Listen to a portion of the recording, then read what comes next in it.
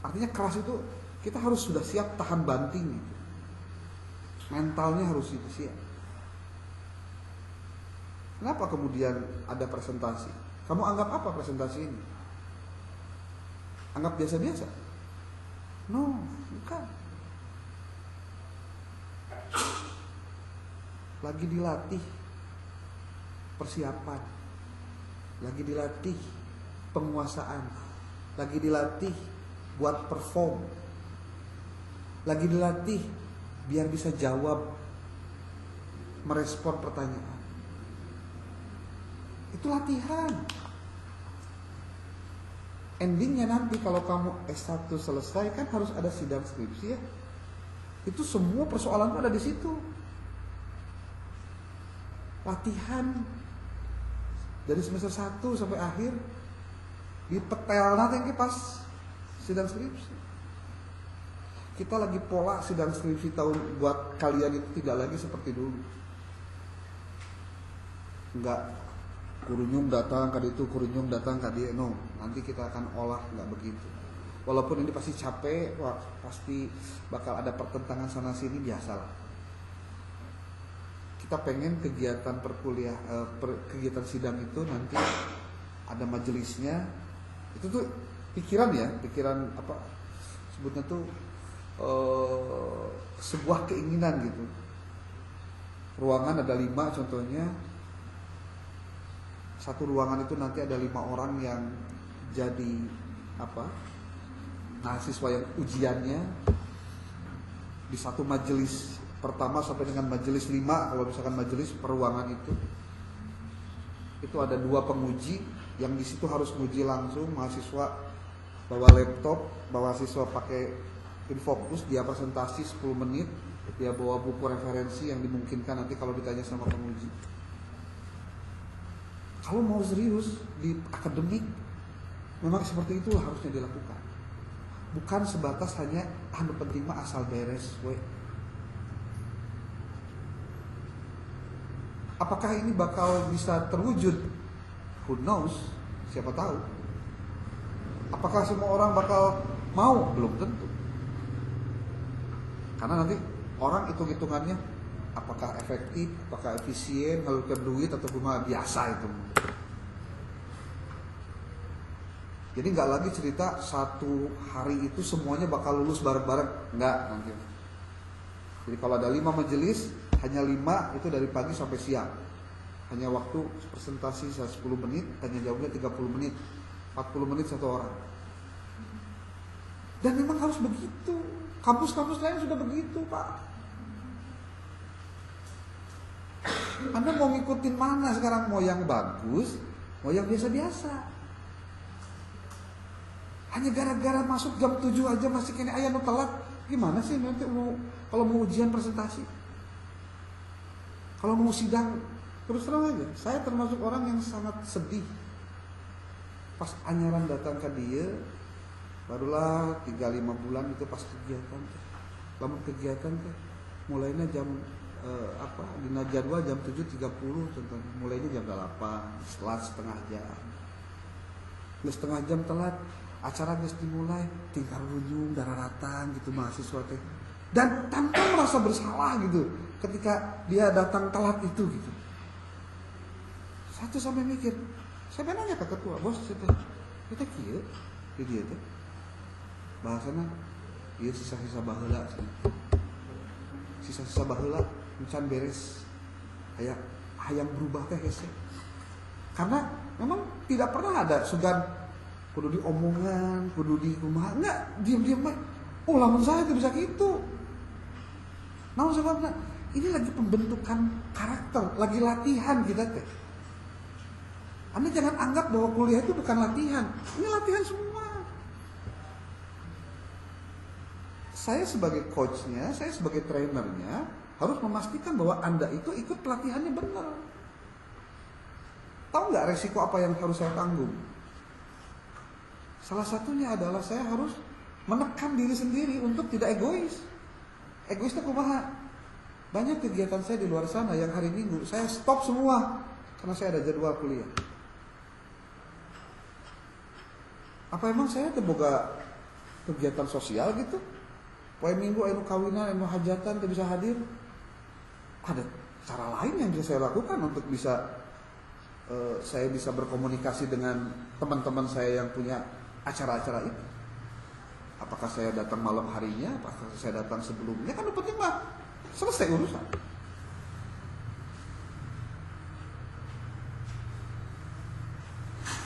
Akhirnya saya harus menekan diri sendiri. Tapi yang tidak bisa ditekan siapa? Andanya. Ya acara inilah, acara itulah, sampai tidak masuk, bahkan tidak ada kabar sama sekali. Ya buat saya sih nggak masalah. Toh tidak ada kerugian sama sekali. Tapi Anda tidak memanfaatkan waktu yang harusnya Anda gunakan untuk latihan ini. Karena nanti kalau Anda sudah lulus kuliah, nggak bakalan ada yang ngingatin persoalan-persoalan yang begini. Anda kalau sudah lulus kuliah, Anda sudah menjadi pribadi yang harusnya sudah mandiri, tidak harus suruh-suruh, dan itu akan menjadi penilaian orang lain terhadap diri Anda. Kalau Anda contoh ngajar di SD, ngajar di Sanawiyah atau di Aliyah, Anda karena kebiasaan telat contohnya, kita telat itu kan resikonya bukan di siapa-siapa, di diri Anda sendiri. Saya ingat banget itu. Ada cerita, walaupun ceritanya ini sudah 2 tahun yang lalu. Kalau Anda pernah dengar film agak lain, tahu ya? Yang box office waktu itu ngalahin sih sebenarnya, ada di bawah ke KKN Penari dari jumlah penonton. Ternyata di balik kisah agak lain itu ada kisah si Marcel Widianto, tahu kan? Galing-galing dia. Itu tuh adalah orang yang bakal jadi pemain di agak lain. Tapi karena dia telat, dia kemudian ngebel si Ernest Prakarsa yang jadi apa? Sutradaranya. Dia ada dengan alasan lain-lain. Apa jawaban Ernest Prakarsa? Oke, nggak apa-apa, saya nggak usah balik kanan aja. Selesai kok kita udah. Gitu. Kalau Anda nggak percaya, Anda buka di TikTok ada tuh tulisan-tulisan. Marcel apa ya? Ernest menolak Marcel di agak lain atau apalah. Nanti bakal ketemu ininya. Akibat apa? Akibat telat. Dan telatnya itu ya alasan apapun. Karena bahasanya gini, lu kan profesional, gua dengan lu kan udah tanda tangan kontrak, berarti apapun gua nggak ngerti lu urusannya apa. Itu kalau orang sudah dengan begitu, Anda mau gimana? Maksud saya, cobalah bangun kepribadian Anda. Saya percaya atau tidak, apa saya kudu kudang jam 4, ayeuna ada subuh lagi jam 4 10 4 saparapat gitu. Beres subuh saya harus siap-siap nanggalkeun anak pamajikan saya nu kakarek kudang kakarek balik gitu di Bandung. Karena saya harus ngejar berangkat kudu setengah genap kudu geus ini. Karena saya nggak mau telat gitu. Karena saya ingin memberikan contoh. Itu aja sebenarnya. Dan urusan begini nggak mudah. Kita belum masuk materinya loh. Belum masuk materi. Termasuk, mohon maaf, saya tuh sudah mengingatkan dari awal. Mengerjakan ini teh di template, bager. Jangan di luar template. Ngerjain tugas-tugas itu. Karena nanti semua tugas Anda akan dijilid. Masa harus diulangi lagi? Makanya datang dari awal. Kalau kejadiannya kayak gini, kertasnya panjang, nggak pakai garis, gimana? Ya, masa saya harus terus hampura? Ini pertemuan kesabaran, nanti ini pertemuan kelima itu, yang harusnya sudah pertemuan ke-7, benar nggak? Iya. Pertemuan pertama itu tanggal 7 harusnya. Terus yang kita tidak masuk itu adalah 2 kali. Satu saat wisuda, satu lagi waktu PBAK. Jadi kita tuh udah nggak masuk 3 kali sebenarnya. Dan itu harus saya bayar. Kenapa dibayar? Karena memang hitungan honor. Makanya saya ngadar ke di gaji buta. Gak enak lah. Bukan masalah enak nggak enak lagi. Di situ halal situ. Walaupun dalam prosesnya nanti bisa dengan Zoom kah, dengan teknisnya. Makanya sekarang pertemuan ini 2 kali pertemuan dengan kelompok 3 karena sudah telat masalahnya. Minggu depan 2 kelompok lagi, minggu depan lagi 2 kelompok lagi terus. Nah, mata kuliah bimbingan skripsi akan saya laksanakan secara online. Apakah saya bikin videonya khusus nanti, kemudian Anda nonton videonya, pelajari dan seterusnya. Makanya mata kuliah bimbingan skripsi dengan metodologi penelitian itu digabungkan karena supaya memastikan mahasiswa yang sedang hari ini mau menuntaskan kuliah, semuanya tidak ada yang terlewat, tidak ada yang tersisa, semuanya selesai tepat waktu. Tapi kan saya harus memastikan itu semua. Lah kalau misalkan kehadiran jarang, apa saya bisa expect bahwa Anda itu bakal beres bareng semua? Nggak ngerti. Dan jangan pernah ada cerita, apa penting masal beres we. Ada skripsi yang benar, ada skripsi yang beres. Tapi nu bener teh nu kumaha, nu beresnya nu kumaha. Ayo ukur beres kagu gusur. Pasti beres lah. Tapi kita jangan kesana lah. Anda tahu nggak kenapa? Riset saya itu membuktikan mahasiswa yang tidak serius pada saat mengerjakan tes skripsinya, biasanya dia tidak memiliki kans untuk mau lanjut kuliah. Biasanya. Saya bilang biasanya. Karena jawaban sebenarnya gini. Itu lanjut kuliah S2. Aing masih jiga riweuh. Nah, hiji semua. Cenah naon? Lieur S2 mah kudu nyieun loba tugas dan lain. Tah, pikirannya kan kitu unggul. Pikirannya tuh negatif. Kenapa? Karena dia berproses pada waktu S1-nya nggak positif. Anda boleh cek deh. Tapi orang-orang yang mau melanjutkan kuliah biasanya bermula dari pola pikir yang positif. Iya ya, memang sih untuk meraih sebuah kesuksesan nggak ada cara yang mudah. Semua juga berproses. Anggaplah proses ini harus dijalani karena hidup juga ada masalahnya kok. Cicing di imah masalah, tengah hutang masalah, ngahutang masalah, ada ngahutang na puguh keur kuliah, selesai urus. Dan itu harus ditanamkan, gak bisa sembarangan. Jadi kalau saya hanya menyampaikan materi, gampang kok. Anda tidak baca buku, nonton YouTube saya, selesai. Tapi internalisasi nilai, penanaman karakter itu nggak mudah. Nggak mudah. Anda nanti akan rasakan kalau jadi guru. Kejadian hari ini ketika ada kepala sekolah nampar atau sampai viral 630 siswa itu boykot, nggak mau sekolah semua. Anda mau kayak gitu? Ya memang zamannya harus beda, betul, zaman beda. Tapi orang tua yang tahu bagaimana caranya mendidik anak, posisinya anak namun salah. Walaupun si kepala sekolah lagi salah karena terjadinya kekerasan, tapi kan bisa diselesaikan sebetulnya. Oke, anak saya hilaf, mohon maaf. Bener cek kepala sekolah, saya juga hilaf, mohon maaf karena terbawa emosi. Muha akhirnya jadi dilaporkan ke polisi tapi karek jadi BAP. Mari. 2 hari pertama pas kejadian itu, si guru Dininya, namanya kan Dini, itu jadi korban bully di media sosial. Sampai netizen itu minta gubernur mencopot. Dan dicopot, benar. Tapi setelah beberapa hari yang terjadi, bukan si gurunya yang dibully sekarang, muridnya yang dibully.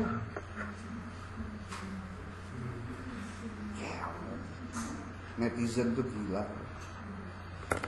Sampai ayah nunyin meme, kalau anak tidak mau belajar, anak tidak mau mengerjakan tugas, tidak mau menurut omongan guru, maka silakan buat sekolah sendiri, bikin ijazah sendiri, tidak perlu datang ke sekolah. Rame tuh tagline itu apa? Oh ya, meme itu rame sekali. Sampai ada yang bikin video dan videonya viral itu karena tahu di platform saya banyak yang masuk. Hebat ya, siswa sekarang gara-gara merokok lalu dia bla bla bla. Jadi ngehebatkan pada nggak boleh sebenarnya. Astagfirullah. Dan dalam waktu 3 hari setelah kejadian itu, si ibu Dininya dikembalikan ke posisi jabatan. Bahkan cenah bejana menang umroh. Informasi terakhir.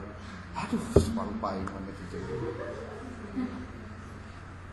Coba Anda lihat ini fenomena apa sih gitu loh. Kenapa saya sebut ini fenomena? Karena ini menjadi bagian dari proses di lembaga pendidikan. Bahkan kalau Anda baca lagi tahun 2023 pernah kejadian. Ada guru namanya Agung Sarosa di Nusa Tenggara Barat. Gara-gara nampar siswa yang tidak mau sholat, mana aku udah masuk penjara. Guru PAI sih teh. Guru PAI, ada kumaha.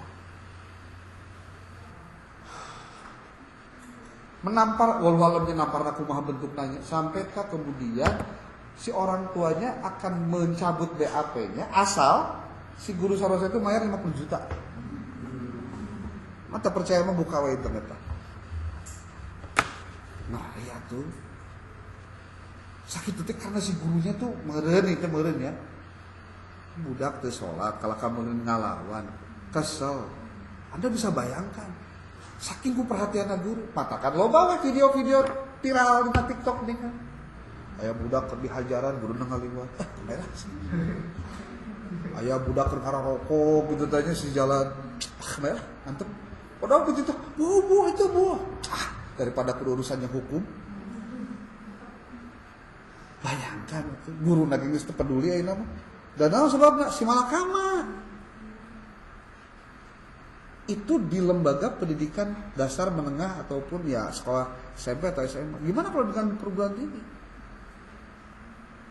Ekstrim, Pak. Makanya cobalah saling berbaur menyelesaikan masalah. Ya. Oke. Materi kelompok 2 itu sebelum kita masuk nanti ke bagian kelompok 3, ada setengah jam waktu untuk 8.30. Kamu bisa lihat di bukunya Muri Yusuf dan Suharsi Marikunto, termasuk di bukunya Arikunto, ya Suharsi Marikunto, Muri Yusuf sama Wegulo. Pembahasan pertama terkait dengan masalah itu di Wegulo disebutkan di awal-awal. Bahkan judul konseptualisasi masalah penelitian itu menjadi judul yang tagline-nya ada di situ. Di situ dijelaskan apa itu teori, apa itu konsep, bagaimana yang disebut dengan cara berpikir deduktif, bagaimana cara berpikir induktif sebagai cara pengambilan kesimpulan. Itu adalah penjelasan yang ada di mana di sini. Ya. Nah, sekarang ketika bertanya, Pak, kalau saya mau penelitian, apa yang harus saya siapkan terlebih dahulu? Apa yang harus dicari? Apa yang harus saya lakukan? Gini, namanya penelitian bermula dari masalah. Ya. Jadi ayeuna nama kamu kudu nyieun masalah. Tentu istilah nyieun masalah teh lain masalah yang cenderung ke arah negatif. Ya. Nyieun masalah mah baledogo teh kotoknya di masalah di budak-budak masalah. Kan bukan itu masalahnya. Disebut masalah di Wegulo itu dia memberikan gambaran. Gambarannya itu adalah ketika ada yang disebut dengan fenomena. Apa itu fenomena? Fenomena itu gejala. Tapi itu sirum jeung semut.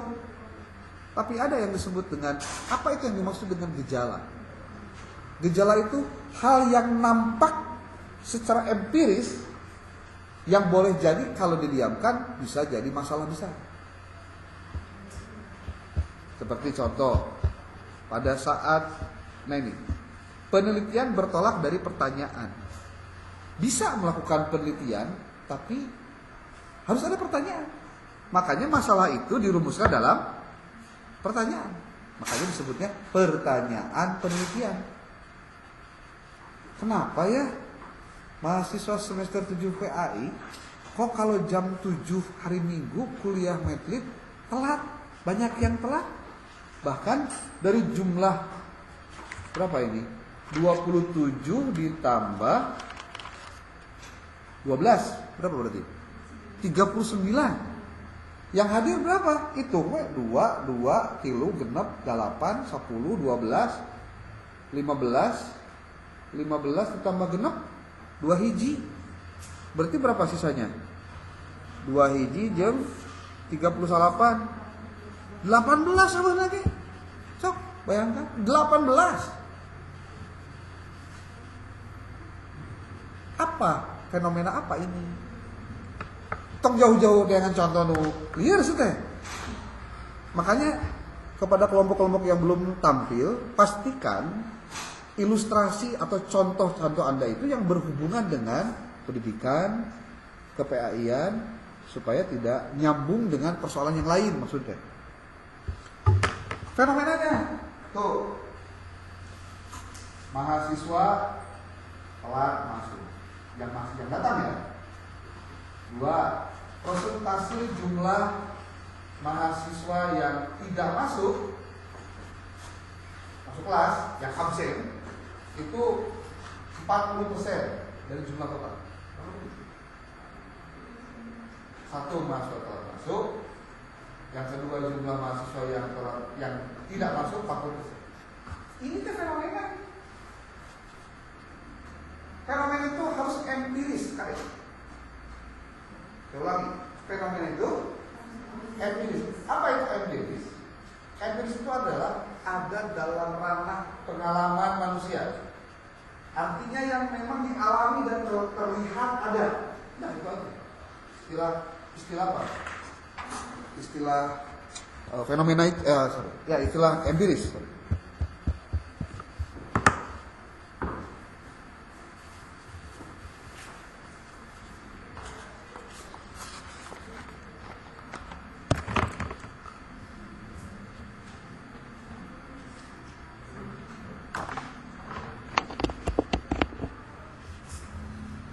Nah, pertanyaannya pasti akan melebar pada urusan-urusan yang lain. Anda bisa lihat ini. Ada teori, ada proposisi, ada konsep. Saya sering saya ulang terus ini. Karena apa? Karena inilah sebetulnya yang menjadi dasar kenapa Anda punya pemahaman tentang masalah. Bahkan disebut masalahnya lamun kumaha. Nah, itu. Di halaman berapa itu ya?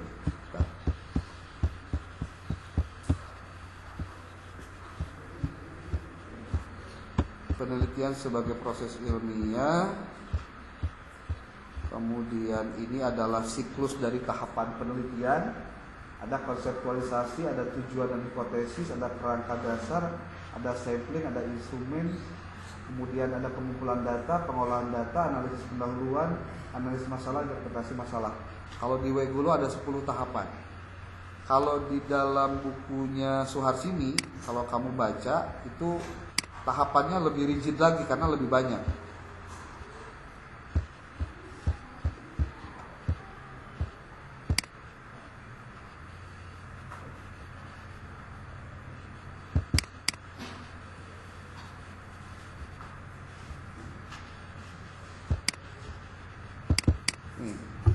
Kalau di Suharsini itu,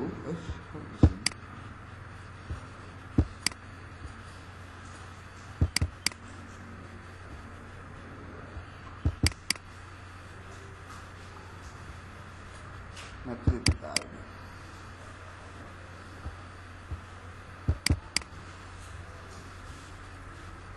Belum ada.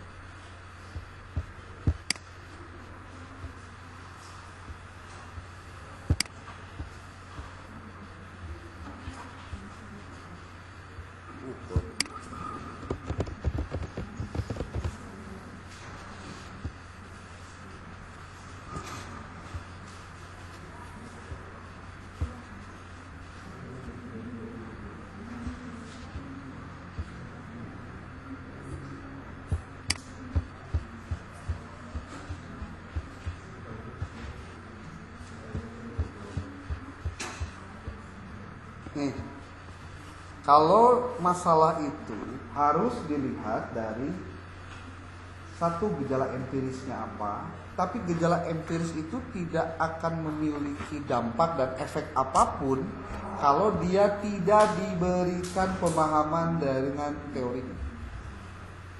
Nanti nyambung dengan kelompok 5 apa kelompok 6 tentang menemukan atau menyusun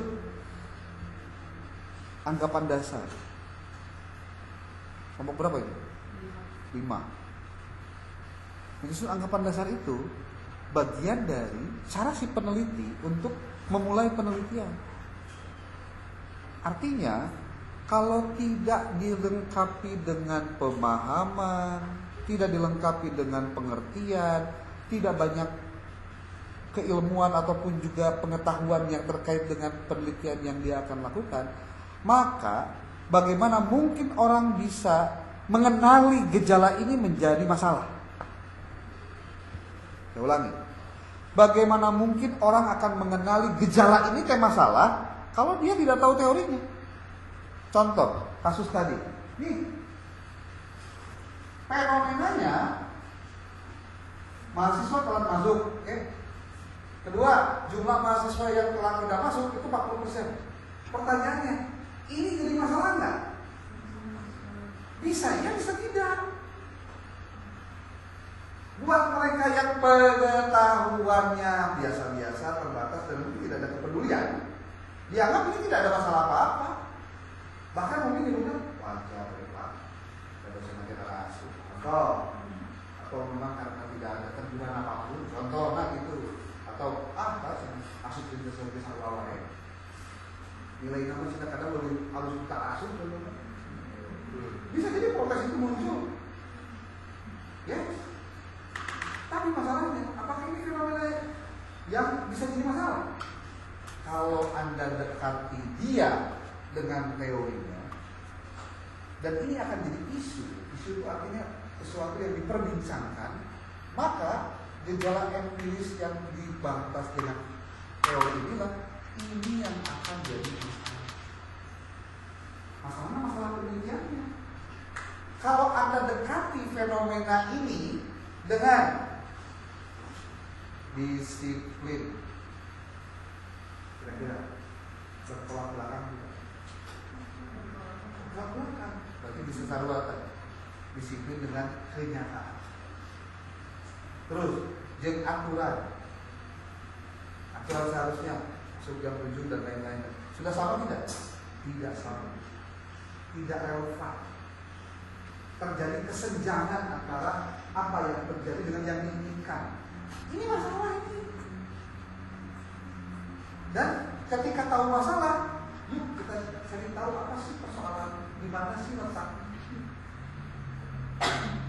Apakah itu nanti bicaranya eksternal kah atau internal kah? Maksudnya eksternal si mahasiswanya atau di internal mahasiswanya? Jangan begini, Pak, yuk udah sebenarnya gara-gara dosen, gara-gara kampusnya, gara-gara lokasi itu. Akhirnya tidak perlu kita internal, salah lah. Ya Anda juga harus mengungkapkan kenapa ini terjadi. Saya kecewa Pak, gara-gara dipikir, kecewa. Mungkin karena belum ada pemahaman saja. Maksudnya gini, kalau orang yang dewasa, saya pernah bilang, bagian yang harus muncul dari orang dewasa itu adalah dia tahu tujuan, dia punya kemandirian dalam menentukan tujuannya, termasuk apa yang harus dia lakukan. Bukan tergantung pada orang lain, termasuk apa yang terjadi di eksternal. Artinya kalau hari ini Anda mengaku sebagai seorang yang dewasa, tapi masih tergantung kumaha kejadian di luar sana kepada diri Anda, ya berarti Anda tidak akan pernah berubah, kecuali orang di luar Anda berubah juga. Loh, gimana ceritanya? Kok lu kayak gitu? Berarti terjadi. Karena lingkungan Anda begitu, terus orang jadi ngilu-ngiluan. Loh, yang menentukan hidupnya hidupmu dirimu sendiri, orang lain. Termasuk sering muncul terjadi obrolan warung kopi lah, kalau kalian pada ngobrol.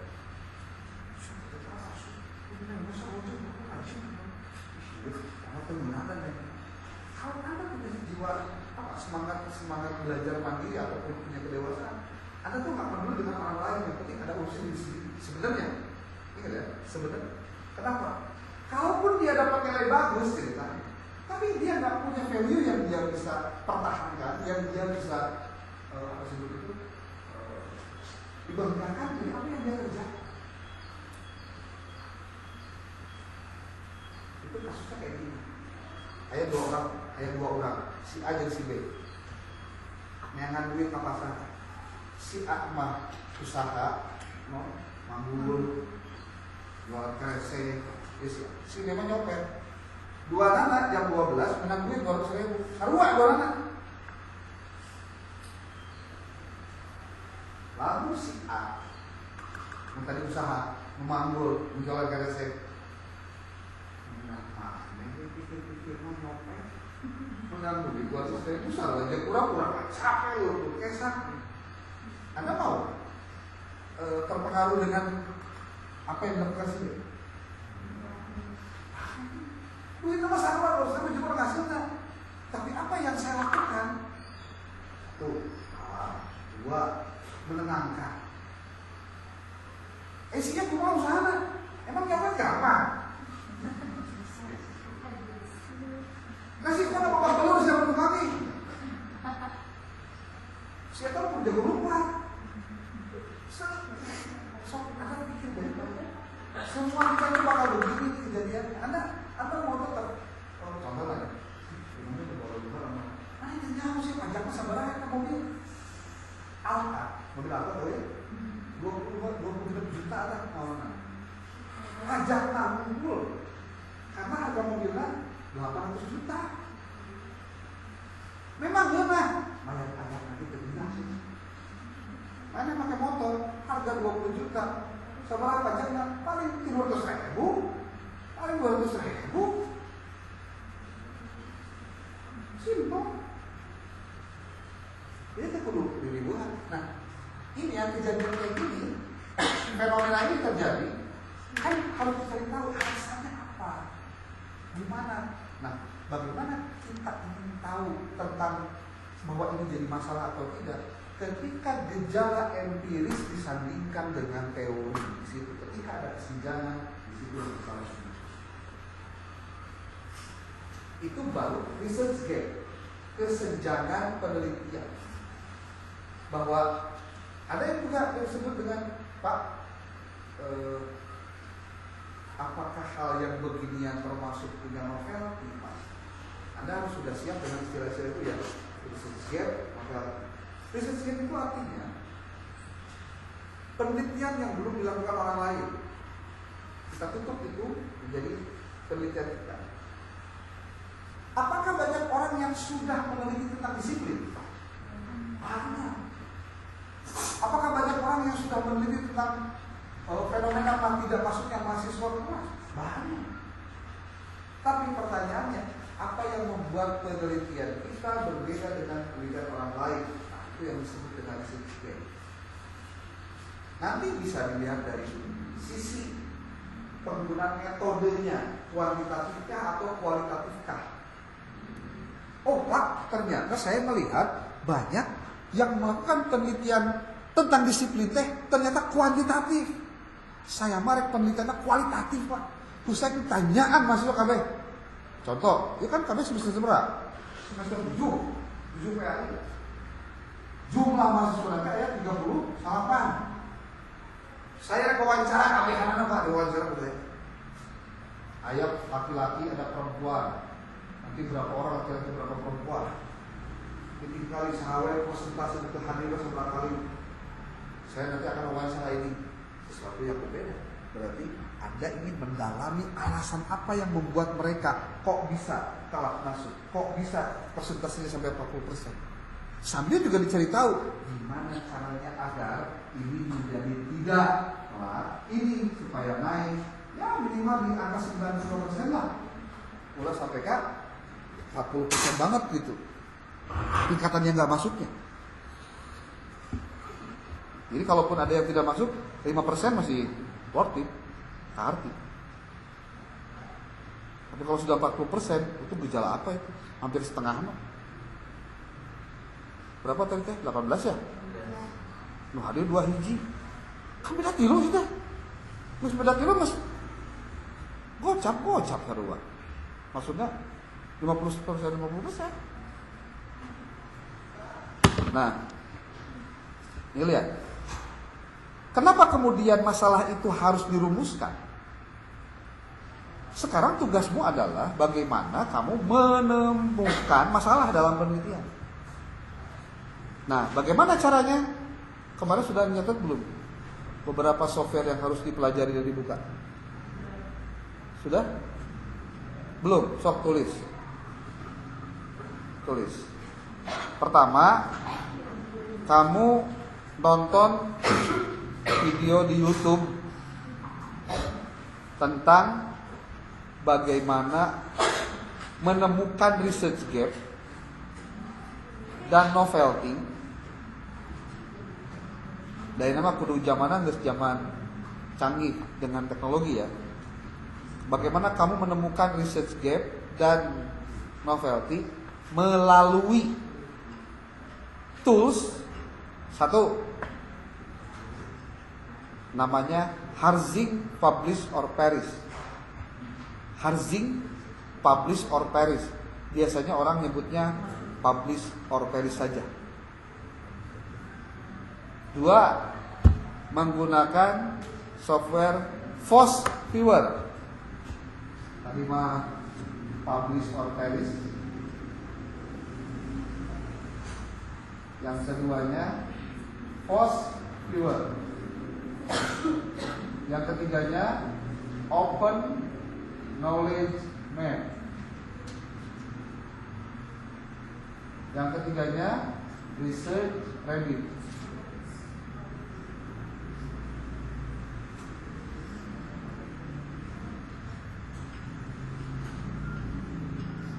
Research Rabbit.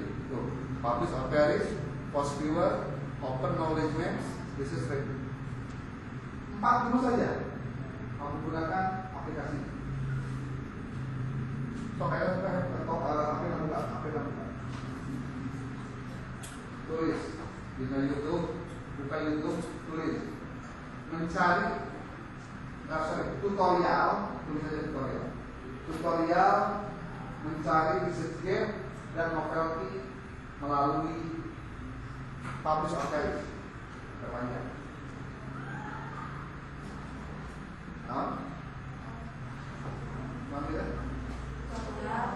Tutorial mencari research gap dan novelty melalui Publish or Perish. Tugasmu download aplikasinya, install di laptopmu, dan kamu praktekkan. Ayo tutorialnya muncul kan? Banyak tuh. So, pilih yang mana yang mau kamu pelajari. Ya? Itu bos. Itu sudah. Ada yang Publish or Perish-nya, lalu nyambung ke Force Viewer. Coba cek Force Viewer. Force Viewer ada.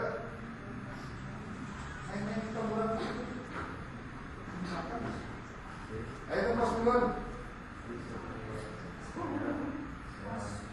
Force Viewer, VOS Viewer, ya tuh, ya. Langsung pelajari. Mana saja tergantung selera kamu. Kamu ingin yang tulis, cerita. Menurut mengatur, tulis dalammu serta itu. Gak usah dulu. Nah sekarang masuk yang kedua. Yang ketiga, Open Knowledge Maps. Tutorial Open Knowledge Maps untuk penelitian. Nanti juga bakal ketemu dengan research gap dengan novelty. 2 ini pasti akan muncul terus nih. Tentang research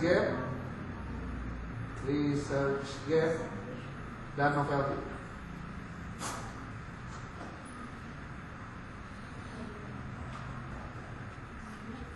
Oke, sudah ketemu? Ayo.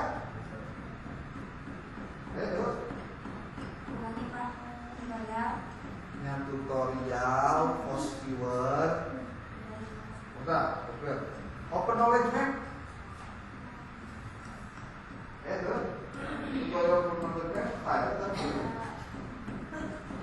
stop dipelajari itu, karena itu caranya nanti kamu memasukkan kata-kata kunci untuk kamu cari masalah penelitian. Enggak ada. Kamu tahu berarti kotaan. Kotaan, kota dia, kota apa?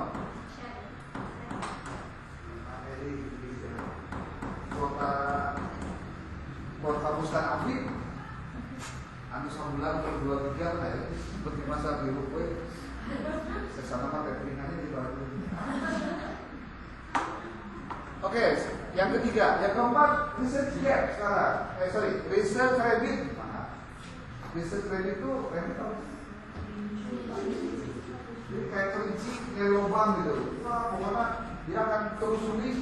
Jadi si penelitian dia pernah bikin usaha, naon wae, mana mensitasi atau mengutip siapa saja itu ketahuan gitu. Sok, udah? Ya, kamu pelajari semuanya yang 4 ini untuk menentukan masalah penelitian kamu, masalah rencana penelitian. Bapak ingat tadi akhirnya tugas UTS kan sudah diketahui, yaitu kamu melaporkan hasil studi pendahuluan. Yang studi pendahuluan itu dimulai dari cara kamu mendapatkan masalahnya. Nah itu kira-kira masalahnya. Lalu kira-kira mau diteliti dari sekian banyak masalah yang belum banyak diteliti orang lain, yaitu tentang pembelajaran PAI, tentang nilai-nilai kepresidenan, dan PI itu bisa dipakai oleh kalian untuk mengkonfirmasi dan mengetahui tentang apa yang bisa kamu lakukan dengan penelitian. Ya. Karena masalah penelitian itu bermula dari apa? Yang memahami gejala empiris dan teori. Ulah sampai ke kejadian si kieu cek prodi teh. Hei, barudak geura ngumpulkeun judul. Nah, eta masalahna. Bari encan dilakukan studi pendahuluan. Bari encan melakukan penelaahan terhadap atau dengan cara mendeteksi public affairs, first viewer, knowledge map ataupun juga riset rabbit. Kenapa 4 ini? Adakah yang lain, Pak? Banyak. Banyak. Tidak hanya ini, banyak. Jadi tugasmu 1, nonton videonya. 2, praktekkan untuk mencari masalah dalam penelitian yang rencananya kamu akan teliti. Tuh kada apa bila cakap masalah itu satu bermasalah abdi mah hirup teh. Justru mana itu boga masalah teh sebenarnya mana itu bermasalah sebenarnya. Naon sebabna? Sirina jelema hirup teh lamun boga masalah teh. Gitu. Nih. Ya. Oke. Dari yang barusan dijelaskan ada yang mau ditanyakan? Silakan.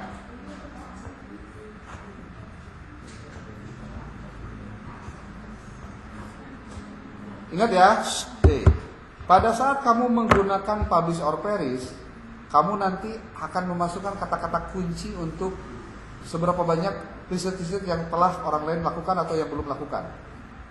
Dengan menggunakan post viewer, nanti bakal ketemu kata kunci yang kamu dapatkan di dalam publish or perish itu dimasukkan ke dalam post viewer, sehingga nanti bakal ketemu apa yang akan ditemukan. Penelitian mana yang banyak sudah dilakukan orang lain dan penelitian mana yang belum banyak dilakukan orang lain. Berarti tugasmu adalah memastikan kamu meneliti hal-hal yang belum banyak dilakukan orang lain. Gitu maksudnya. Termasuk nanti di Open Knowledge Maps dan Research Rabbit. Pokoknya kalau diceritakan di situ rame, mendingannya pelajari dulu sendiri. Gitu. Ya. Nah itu untuk pembahasan kelompok 2 barusan tentang masalah. Adapun yang tadi dijelaskan, makanya kunaon Bapak ya minta kelompok untuk presentasi, karena tidak mungkin materi itu tersampaikan keseluruhan. Makanya babagi, ada yang disampaikan oleh kelompok, ada yang disampaikan ke Bapak. Jadi yang ditampil ke depan itu tong dianggap sepele sih teh. Mana itu kan diajar salah, diajar bener. Makanya orang-orang yang mendengarkan atau jadi audiens, hargai orang yang di depan seperti kalian menghargai dosen yang lagi berceramah. Sama, posisinya sama. Cuma dia lagi latihan. Dan kalaupun ada kekurangan, ada kesalahan ataupun ada hal-hal kurang, biasa eta mah. Tong dianggap presentasi teh kumaha asik gitu. Yang penting dia persiapan apa enggak gitu. Da urang kabeh bakal mengalami hal yang sama lah, tong sok riweuh. Tapi harus belajar dari pengalaman yang sudah dilewati. Oh, kelompok satu kamari kieu di komentarana saya mah ke moal kieu persiapan lebih hade deui kumaha.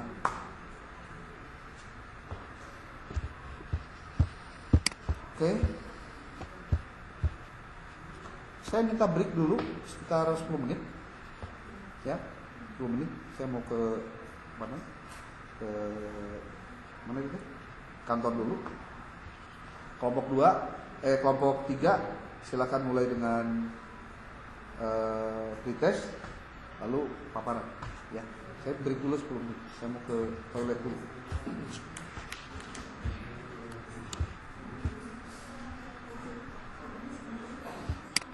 Kalau ada YouTube, kalau ada Zoom atau alat perekam, bagusnya presentasi yang kalian lakukan ini direkam. Kalau kamu nggak punya ininya, nggak punya softwarenya, Bapak dikasih softwarenya. Ada namanya Fastun, itu ngerekam layar. Gitu. Tapi nggak ada wajah kamu aja.